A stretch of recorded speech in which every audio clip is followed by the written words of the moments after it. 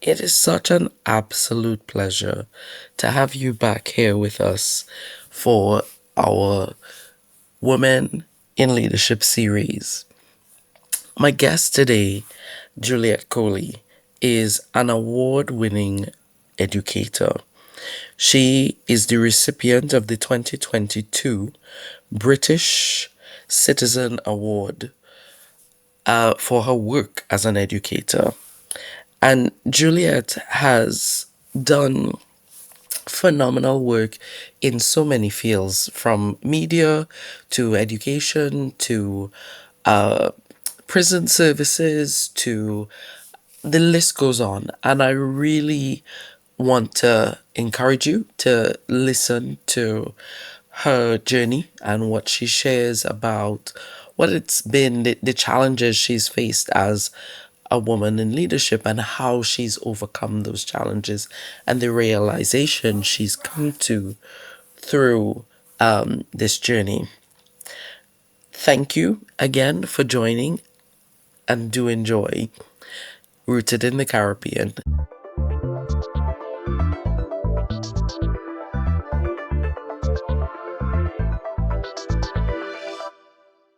Morning and welcome back to Rooted in the Caribbean, our Women in Leadership series. And today my guest is Juliet Coley. Juliet, I thought about this.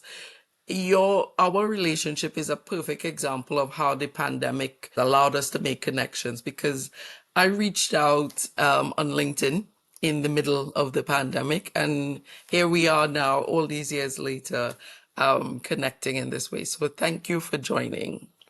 You're very welcome. Very, very welcome. So, Juliet, I know that your career journey has taken you along a lot of different paths. But the first question I ask all my guests is just tell us about your roots, um, and just describe for us what they are and how they've influenced who you are as a leader. Okay. So, my grandparents, I'll go back to my grandparents. My grandmother, my grandparents are Jamaican heritage. My grandmother was born in Manchester, but Manchester in Jamaica, right? Right? In a place called Coleyville, Tiki Tiki. Oh, So when I found out that where I came from had my name, that name. was a big piece of pride, you know. Yeah.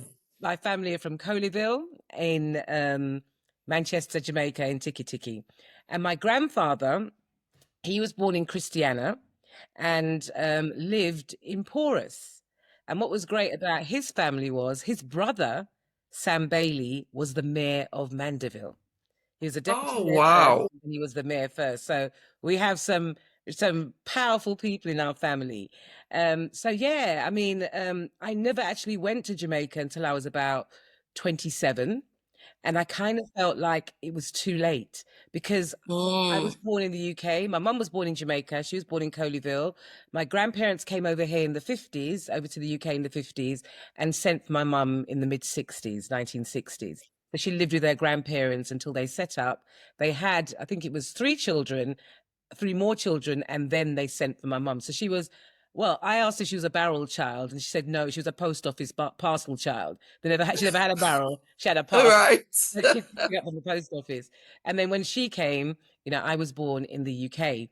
So all the things that I'd heard about Jamaica was from the news, was from the UK, and I kind of feel really embarrassed because the foolishness that they taught us. I mean, at the Yeah. time, growing up in the 70s, it was like Jamaica had, the houses had corrugated roofs Yes. on them.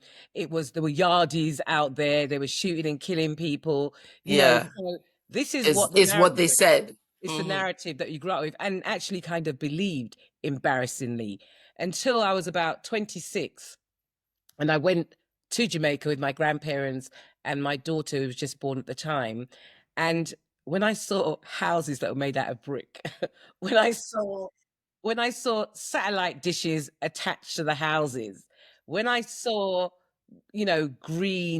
greenery and beauty, and it gave me a new sense of making sure that my children don't grow up with that narrative or those kind of thoughts. And not just my children, the school children that I taught, everybody in my Mm. space knew about the Caribbean and how beautiful it is, to the point The where, reality. absolutely, when I got married, I decided I was going to get married in Jamaica. So I got married on a beach in Jamaica. So yeah, that's my roots Your in Jamaica. roots, Yeah. right? Mm. Wow. And as a woman in leadership, how do you think those roots have influenced? Because you talked about ensuring that children at school understood Mm. the reality, but how do you think the strength of character that you mentioned, your grandparents, great grandparents, Mm. how have they influenced who I you mean, show up as? yeah, it's a bit half and half, really, because as Caribbeans, what I experienced and what I saw growing up was that they were very compliant. They did Mm, what they were told. They let things happen to them and they forgave. They were decent people. And I kind of didn't really kind of get that. I didn't like that. Even right. though the quality of their personality and character was beautiful, I kind Hmm. of felt like they were a bit too soft, for me in that respect. So I think about that now because I took on some of those traits of being compassionate, of being kind, of being forgiving, really, when I think I could have been much harder and I could have achieved much more if I didn't take on those characteristics. So, for example, I worked in a school space which was Hmm. very white at the time, and there weren't many black people, black women Educators. in Mm, leadership, yeah. So when I first started the school, I was told, I was asked, what's your ambition? What do you want to be? And deep inside, I want to be a head teacher.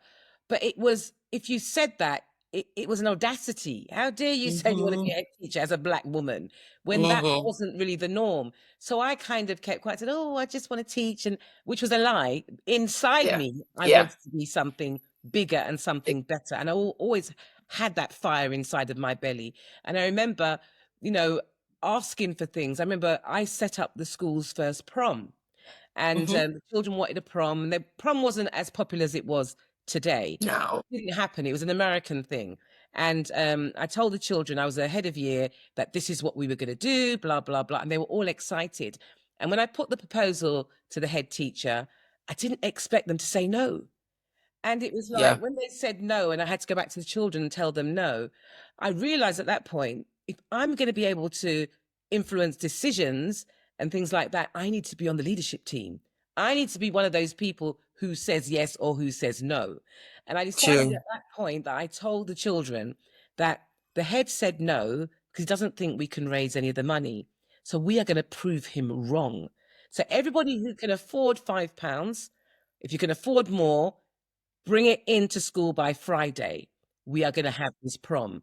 And there were kids that couldn't afford it, but kids that covered them. And by the end of the Right. Friday, we had over £1,000, which was unheard of in 2004. And I remember Wow. walking into the head's office and slapping the £1,000 on the desk and saying, tell me no, we can't have our prom now. And they had to reverse the decision. But I realized if I'm to make change, if I'm to do things different, I need to be at that table in that room when they're making those decisions. So those kind of things are what kind of made me think about leadership more and being a leader and In a being. different way. Absolutely, absolutely. And making, so I'd still have those characteristics that my Yeah, I know. grandparents had. I'm still nurturing, I'm still compassionate, I'm still empathetic. But I kind of felt that my grandparents and even my mum to an extent were a little bit too soft in a way that sometimes it didn't always work for their good. See, my grandmother was a Pentecostal minister. So church was a big thing for us. And it was in those days when church was not just on a Sunday, it was Monday, Tuesday, Wednesday, It Thursday, was every day of the week. every Hmm. day of the week. And that, we live by faith as well as Yes. by sight. And I think those qualities help me develop, help me with my character. But I kind of feel like the softness that it brought to my family didn't benefit us to the level it did. Because even my mother, right? You know, my mum's a great woman. She's compassionate. She's kind.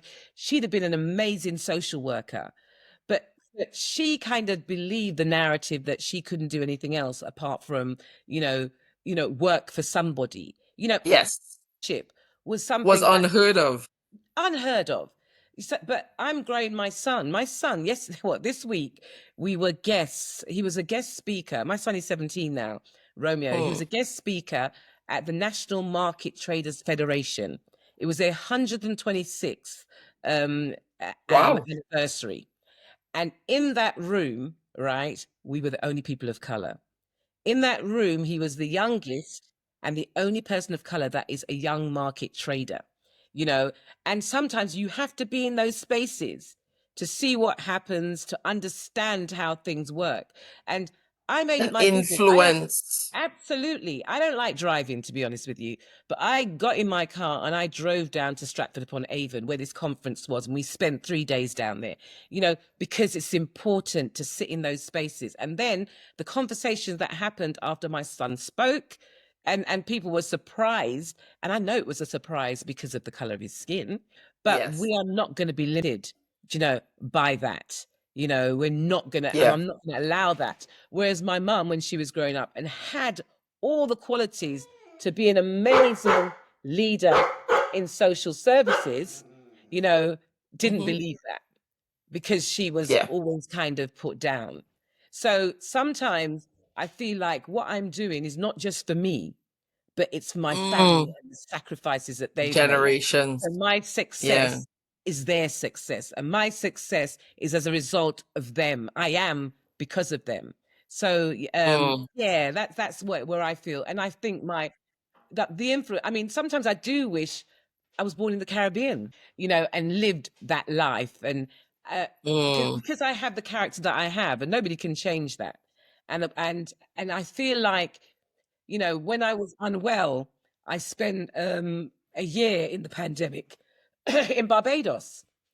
And I think if I didn't Yes. spend that time out there healing with the vitamin D, with nature, with the sea, I don't think I'd still be alive today, to be honest with you. So Right. I'm we're not Bayesian. My uncle married a Bajan woman, and it was beautiful out there. Again, when we were growing up, you know, as kids, there was this whole thing about, you know, not being proud to be African.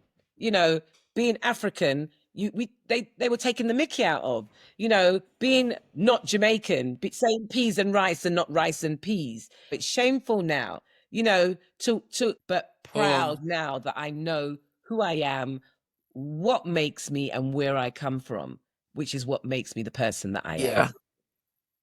That you are. Yeah. Mm, And what you said in terms of how um your parents and grandparents assimilated, because that's what it was. It was assimilation into a totally different culture. Often, even now, and even though I was born in the Caribbean and have made the UK my home now, mm, I I often see that people take your kindness for weakness.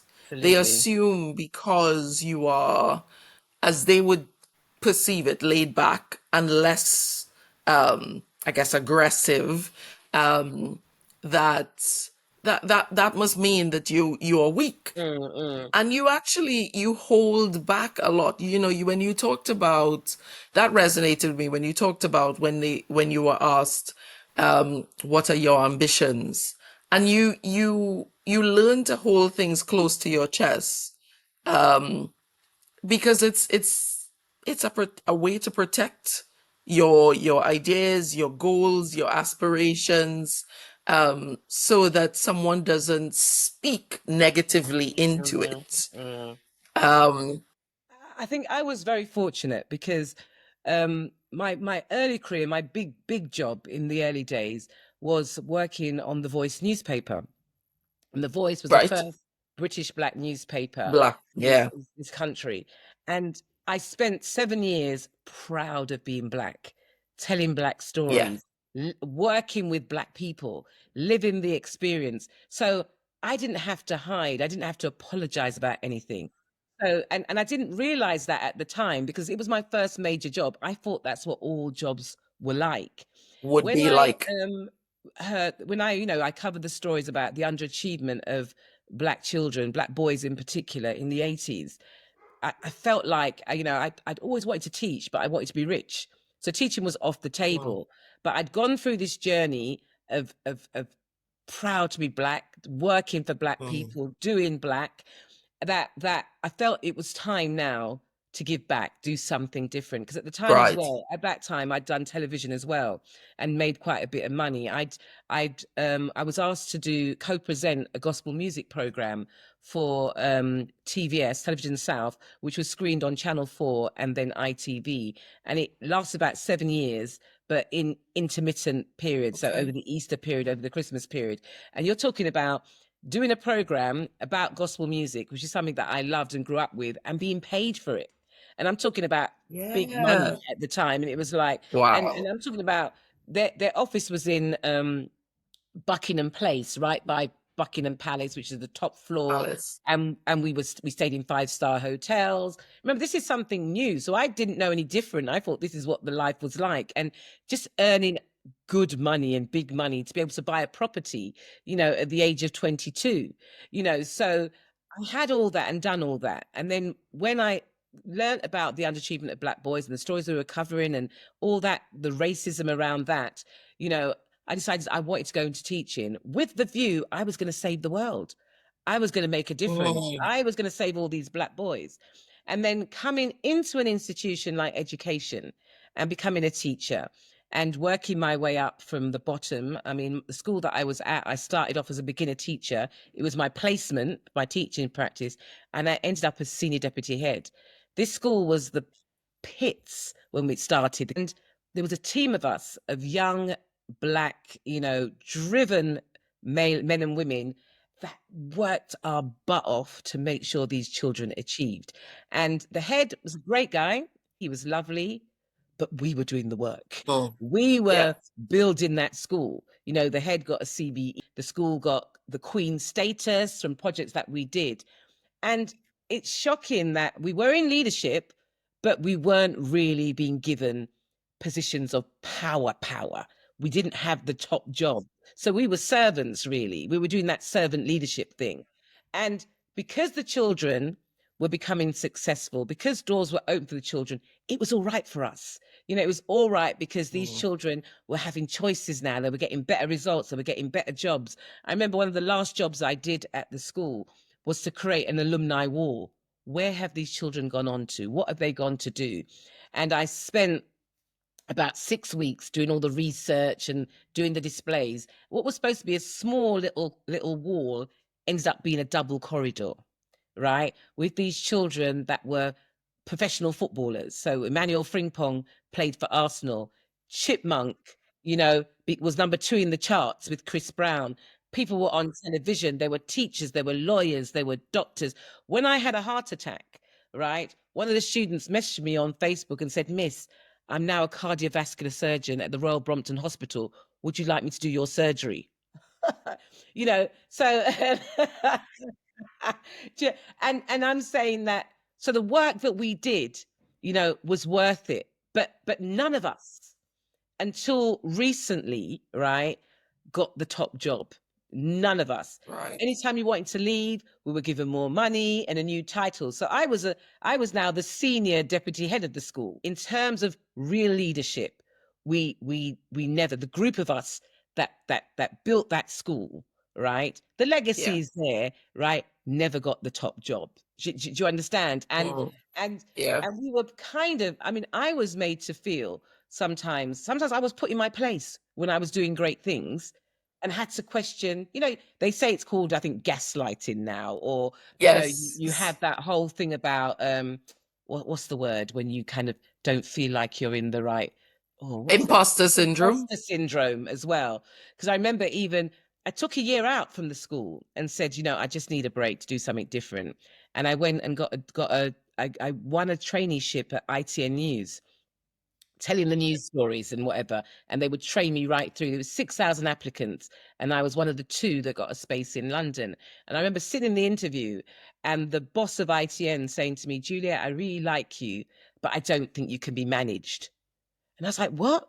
He said, well, you've got an office, you're managing, 30 staff and whatever. It's a training. I said, why would I apply to do this if I didn't want to do it? Do you know what I mean? If I wasn't Yes. gonna, play ball, why would I do that? Why would I step away from a job that I'm doing, getting 3 times more what you're offering, right? And it's a year's program. If I didn't Yeah. think this is what I wanted to do, why are you questioning me about that? He said, well, Juliet, I'm just looking at the things that you've done, and I'm sitting there talking to you. I don't know if you can be managed. And I was shocked. And I said, I can. Give me the chance. Please. Da, da, da, da, da. And he said, you know what? I'm going to give you an opportunity. And that was my mistake. Because I'd promised him I could be managed, when there were challenges, when I started that role, and people were being rude on the news desk and whatever, I shut my mouth. I held it all in. Mm. I didn't. There was another news reporter who was a black woman who I thought would be my ally there. I was actually the enemy. Two black women. There was no Wow. space in ITV News for two For black two women. of them. Oh my God. Now, I promised I could be managed. So my mouth had to be Mm. shut. So for 6 months, me sitting in ITV News, ITN, right, sitting there when Wow. there's news stories, I'm vexed that there's a black woman gone missing, a grandmother and the family are really upset, You but they can't choose, talk no, about. they choose to do a boat going across the Thames. And I'm saying, Mm. this is London. This is what you choose. But can't say nothing because I promised Mm. I could be managed, to the point where my boss at the school that I was in kept saying, Juliet, when are you coming back? Juliet, when are you coming back? Juliet. And I said, stop calling me. I'm a news reporter now. I'm learning to be news, you know what I mean? And then it got to the point where I just had enough. But actually, the point where I had enough was when a news story came through of a girl that had been killed in a nightclub in Tottenham, right? And when the facts came through with the picture and more details of the story, it was a girl that I taught. It was a girl that I Mm. taught at that school. And I said to myself, do you know what? I'm not making no difference here. I'm not making no changes. I'm following up the stories because they sent me to all the, that was the year. It was 2006, 2007, gun crime, knife crime, black kids getting shot. Yes. Oh, Juliet, go and do the story.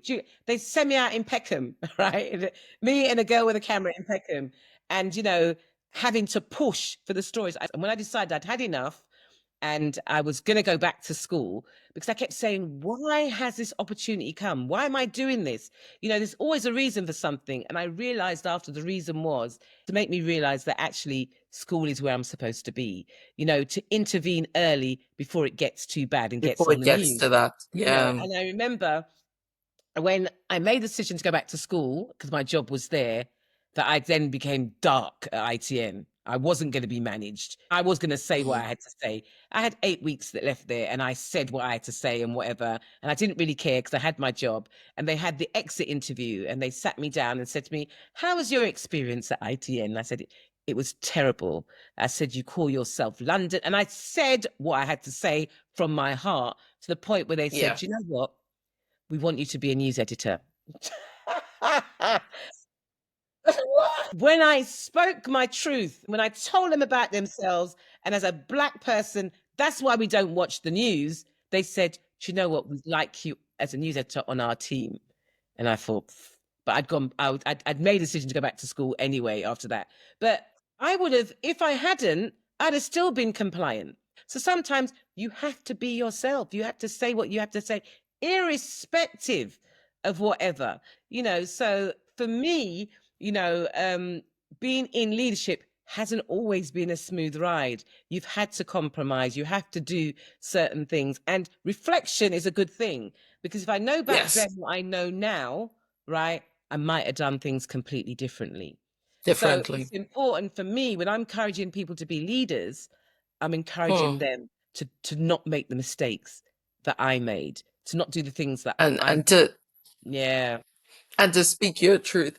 absolutely. And The fact that you shared that is really, really helpful because often young people see the end result, Mm, but they mm. don't know The journey. all of the bits in between and the journey Mm, that you've taken. mm, mm, Thank you for sharing that. But one of the things I know about you is that you do a lot of advocacy.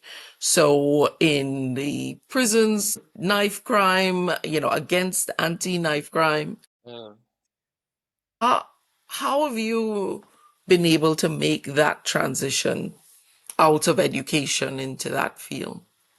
I did prison ministry or prison visits before I went into education because Okay. yeah, so my background is drama. I went to drama school, I trained in drama. So I used to go into prisons, perform in prisons, and talk to the guys in prisons who are Mm, just like me and you. And as I've got older, these guys now could be my sons, so it's a mm, different thing, a different attachment. I remember when George Floyd happened, people were marching, Black Lives Matter, people were complaining. And at the time, I said before, through the pandemic, I wasn't well. I just got over a cancer operation and things like that, and I was recuperating in the Caribbean. And I remember um, saying, I want to do something. But I didn't know what I wanted to do. And then I found out sure. about a program called the Independent Custody Visitor. And it's been going for years, and I never knew about it before. And it's run by Mopac, the Mayor of London's policing division. And basically, what they do is you get trained to go into police stations, but you don't give them notice. You just rock up randomly with your partner and say, I'm coming to check your cells. I'm coming to check the detainees. And then what they have to let you in. And then you go around and talk to all of those people that are incarcerated and ask them about how they've been treated. Have you been fed? Have you been read your rights? Do you know why you're here? Has this been contacted? And we ask them, have you Mm, strip searched anyone? wow. Have you done this? Have you done that? And they have to answer you. And if there's things that are concerning, you put it in your report and you flag it straight away, and they have to action it straight away. So the other day I went there, and there was a guy who clearly had mental health issues. He was shat and he was cussing, and he's saying he wants his medication, and they haven't given him no medication. I said, how long have you been here? And he'd been there all night, and for the Mm, whole night into the morning, get no someone to kick medication. off. And when they kick off, that's when they hold them down. That's when the problems Yes. arise. So I flagged that very quickly. And I said to the sergeant at the desk, why isn't he being given medication? Oh, you got to ask the nurse. I went to the nurse. Why is he? Oh, we ran out. You've had 15 hours to find something. He told me he came in here last night. Don't tell me you've run out. So it's all that. So I'm challenging the system that way. And the, Wait the now. shocking thing about it is I've been doing this about probably 3 years, probably 4 years since the pandemic. And I was the only Black person on my panel, and my panel is Hackney and Tower Hamlets. Why have they got a panel in Hackney, right? And there are no Black people on this panel. You're complaining about this and that and police treatment and whatever else is when there's something you can do. And it doesn't take long. It doesn't take long to do that. But I'm a mother of two Black boys, right? Mm, So where I can help, I do. So it isn't even about, yes, it is about the advocacy and stuff like that, but standing in that gap. I've always been a school governor, primary and secondary mm, schools. That's where the decisions are made. Those are the people that hire those head teachers. So I sit on those panels, I sit on the achievement panel and challenge them as to why the Black children are not making the expected level of progress, right? I'm not mhm. going to sit back on that. I'm also the chair of a council board called Improving Outcomes for Black Children and Young People. And basically, we challenge the council, when it comes to education, when it comes Results. to mental health, when it comes to the Mm, police, you know, and we ask them questions and they have to give us the answers, on the right. behalf of the community. So I'm on we call it the residence board. And we've got some young Mm, people on this board, that are like 18, that because we can't pretend we don't know what it's like to be young. We like to imagine that, but they can speak up for themselves. So yes, there is a lot of yes. stuff. I mean, knife crime was a big thing. I was based in Tottenham. The children, were having. There was a girl once, right? She came into school. I was in charge of uniform, and she had on a school shirt, school tie, school jumper, and jeans. Now I'm in charge of uniform. No one had come into that school with not uniform, and I blasted her big time. How dare you? Shouted at her, get in my office. She came to my office, and I said to her, "What is this? Why would you do that?" And she said, "Well, miss, I'd changed into my jeans when I came home, and I was, doing my homework, and the door knocked, and my dad opened the door, and a guy shot a gun through the door. And my mum said, jump, jump. And we were on the first floor, and we all jumped out the window. And that happened last night, and I didn't go home and get my school skirt. This is what this girl is telling me. And I've got the time to cuss her about not having a skirt on. Yeah. And God. I thought to myself, oh, She actually showed up. She she still showed up to came school. to school the next day. I had to apologize to her in front of her friends, apologize to her parents and whatever else. And this is what some people are going through on a day-to-day basis. And that was the kind of motivation in doing this big campaign called Value Life, which is against knife and gun crime. And it was about children leading this. I got 9 children trained to run a campaign like this, and we did it for 10 years, and the school won an MBE for that work. Right? The But more important, school won an MBE. the school got an MBE for that work. Wow. And it's called the Queen's Award, which is a organization's equivalent to an MBE. And I remember, and it was, but more important than that is the children that ran that campaign each year have gone on to do great things, the confidence that they've had, the way they can deal with people, organize things. So those skills that they learned in putting something like that together, a rally, a march. I mean, they used to march. We used to have a whole day off school where the children would take part in this march. It was active citizenship, and they'd walk from the school right down to Wood Green and gather people en route. And we did it for 10 years. We made a movie called Value Life. We did a conference with different schools, and the children led on that. And Brand. the skills that they got from that and what they are doing today is incredible. One of them, she's top corporate lawyer in a big time firm, coming from Tottenham, big time, because they were given those opportunities to use those skills and do things. And I always believe, that the devil finds work for idle hands, right? These children, right? Give them something positive to do, give them some responsibility, and you will see a And they'll difference. run with it. Hence, with the whole thing about children authors, you Yay! get children to write, right? You get them realizing they are authors. People have to refer to them as authors. They have won awards, they recognize. You see a different child. You see a completely different. They're talking about, oh, what can we do about knife crime? What can we do about gun crime? Give the children some responsibility. Make them feel proud of themselves and what they are doing, and you will see something different in these children, right? Because I've had teachers that I've worked with that say, they don't like children. They don't like children. They're working with children. Why are you here? Why are you killing people's spirits? Why are you doing that? And as parents, you need to be gatekeeper when it comes to your children, their education. When I had parents that didn't turn up to parents' evening, I said to the children, you know what? I'm going to keep you behind in detention because your parents didn't come, because you're going to go home and tell your parents off. Let them ring me and ask me why I did what I did. So I'd keep all the kids that didn't come for their reports, I keep them behind. They go home, they cuss their parents. Parents ring. Now they ring me. Miss Coley, why have you kept my... Now I've got your attention. Now I've got your attention. Find yourself down the school and see how your child is doing, right? Yeah. Twice a year we ask you. You have no business sending your child to school and you don't know how they're doing. You don't know how they should improve. No.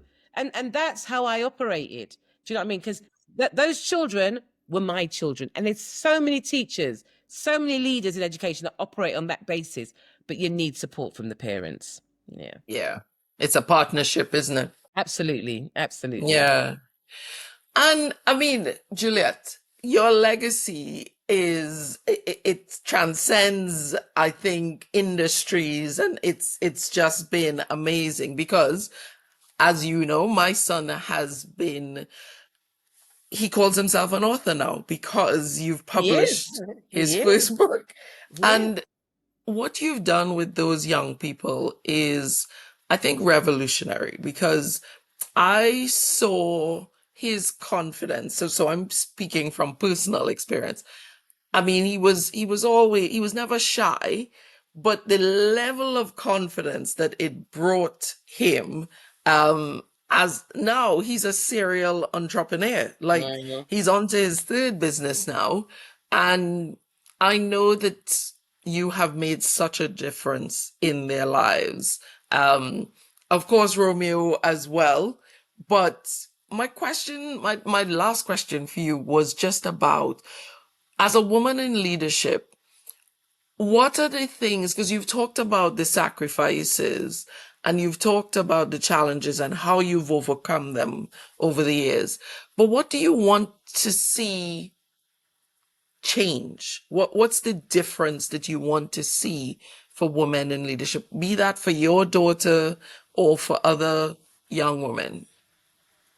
Gosh, I want to see people that look like me, women in particular, in spaces, occupying spaces that um, I never saw when I was growing up. The opportunities that I never had, I want to see opportunities like that for them. However, because that is quite difficult, it's getting a bit better because now with Hackney, for example, um, the chief executive of Hackney Council is a black woman, right? Dawn Carter McDonald. And I interviewed her, and she said that the pleasure that she gets is pulling other people up to a space where she is, That's because awesome. then she's not lonely. Do you know what I mean? Yes. She's not, and that is so amazing. And I don't want that to be the exception. It's Mm, got to be the rule. I mean, yeah. my daughter is completely different to me. She's a millennial. She ain't doing nothing for free. She knows her value and whatever. And she's running me down sometimes. Why are you always giving away your time? Why are you always doing this? Why are you always doing that? She's got her own business and stuff like that. And I have to tell her, be a bit more compassionate, be a bit more so and so, be a bit more, because they mean business. And I Yes. think it is good to see, but you need a mixture of that. And I think in order to see, systemic change right across the board, in order to see equality, in order to see equity, you have to be the change that you want to see. I taught English for 20 odd years. I was in education for 20 odd years, right? But as an English teacher, every every book that you study at GCSE, there is no one that looks like me. No Hmm. one.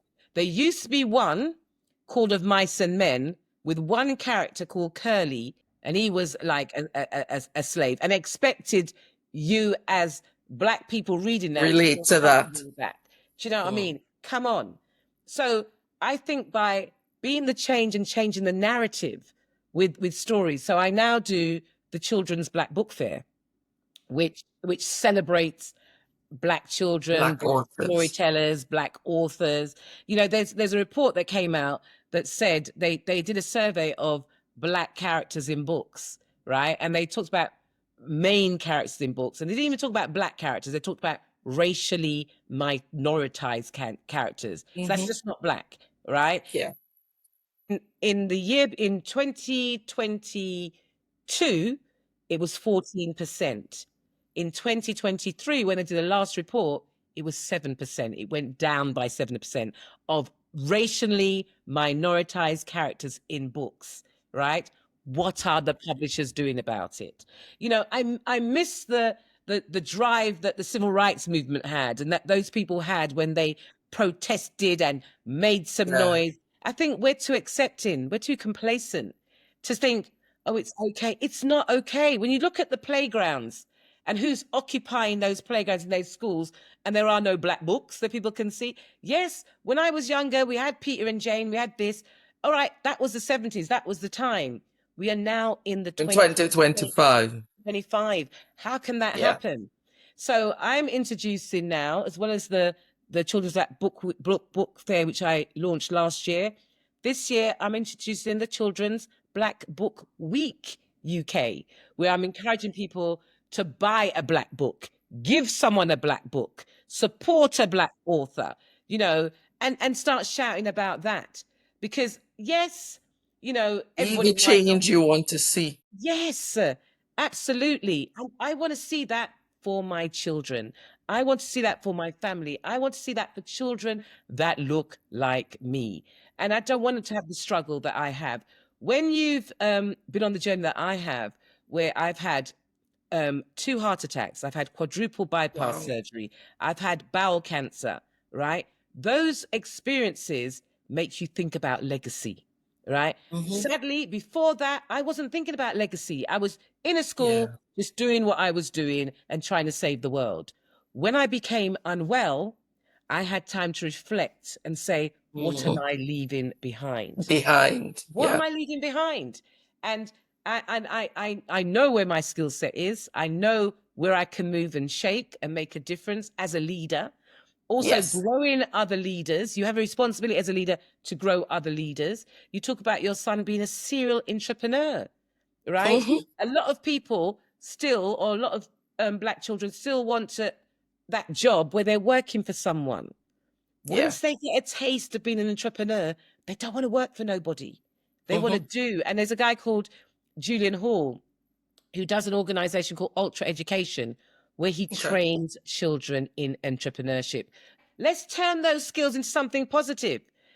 When I had cancer and I wanted to break it to him, I think he was about 10 at the time, and to tell him I've got cancer, I couldn't find a book with a black woman in there that had cancer. So we made our own, right? We were at the Right. conference last weekend. There was a palliative nurse, and he said, I saw on the screen your son talking about a book called Cancer Mum and Me.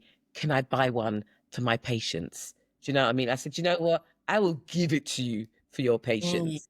Do you know what I mean? He says, I've never seen a book, with whatever, whatever, and I'm Yes. inspired. Yeah. Be the change you You want to want to see. see. Yeah. No, that's really, really profound, Juliet, because, you know, as I've said, your legacy has transcended genres and spaces, but hearing you share what propelled that, and I also thought about God's grace. You know, you mentioned that your grandmother was a Pentecostal minister, and I grew up in a Pentecostal church in the Caribbean, so I know what you're talking about because I was in church every day for something. If it wasn't missionettes or something Yeah, else, crusaders. But the thing that we have we have to be so grateful for is that we have our faith in God, because a lot of what you've described, often your sanity is called into question, but for the grace of God. So, you absolutely. know, Absolutely. And I think, I said it before about reflection. My grandparents were not famous. My grandparents weren't out there. They lived a life, where they had integrity. They were decent people. And I remember thinking when my granddad died, thinking about, what has he left behind? Do you know what I mean? And then I realized this is a man, right, that looked after his family. This was a man. We all lived on a council estate when they first came from Jamaica, and he never lived that life when he was in Jamaica. He was a butler. He had a nice, decent life, and he saved every penny that he had. He never ate out in restaurants. He never did this, well, never did that. He saved every penny that he had, that one day he came home and said, we're driving to our new house. It was a 5-bedroom house in Barking with a massive garden, which had a front. And this man worked for London Transport, right? And he never took out a mortgage.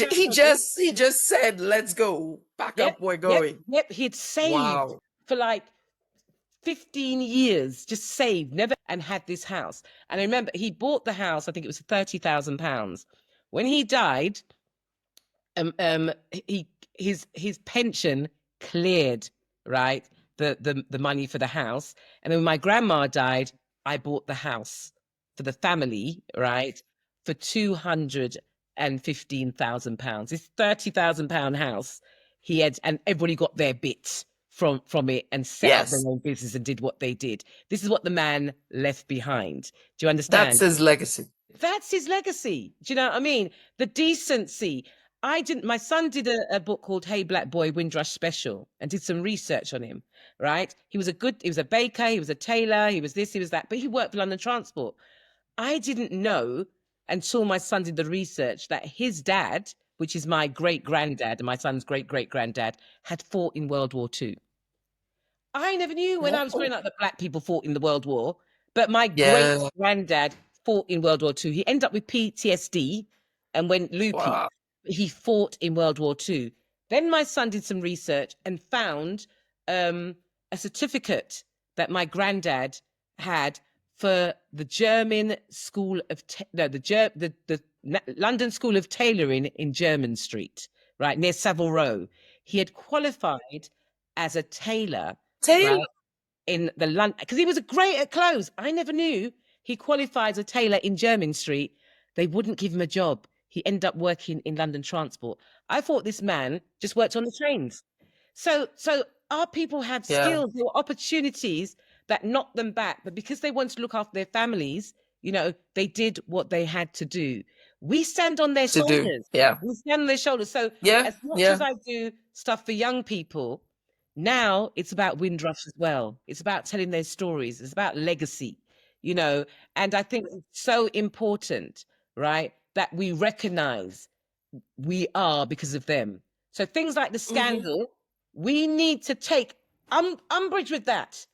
We Yeah. can't be satisfied with that, It's ridiculous. Yeah. right? People are not getting the compensation. They're waiting for them to die. The government is running that, right? When it should be independent.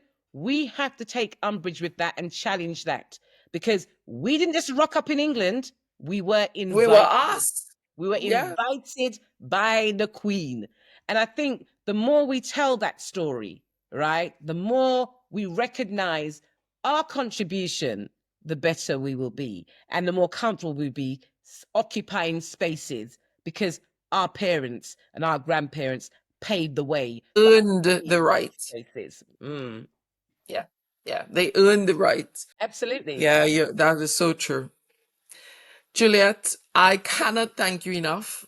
I genuinely cannot thank you enough for You're taking the very time welcome. today and for allowing me to capture this because I'm convinced that there are so many young people who will just truly be blessed and learn so much from what you shared. So thank you, thank you, thank you. You are very welcome. Absolutely very welcome. I grew up on a council estate. Do you know what I mean? Big dreams, big hopes. And you can do it. You can do it. Yeah. Don't let nobody put you in a corner, make you feel like you've got imposter syndrome, gaslight you. Don't allow that to happen. You can do it. And you've earned the right. Your parents, your grandparents have paved the way and you've earned the right to be what you want to be and do what you want to do. Yeah. Yeah. Thank you, Juliet. You're welcome.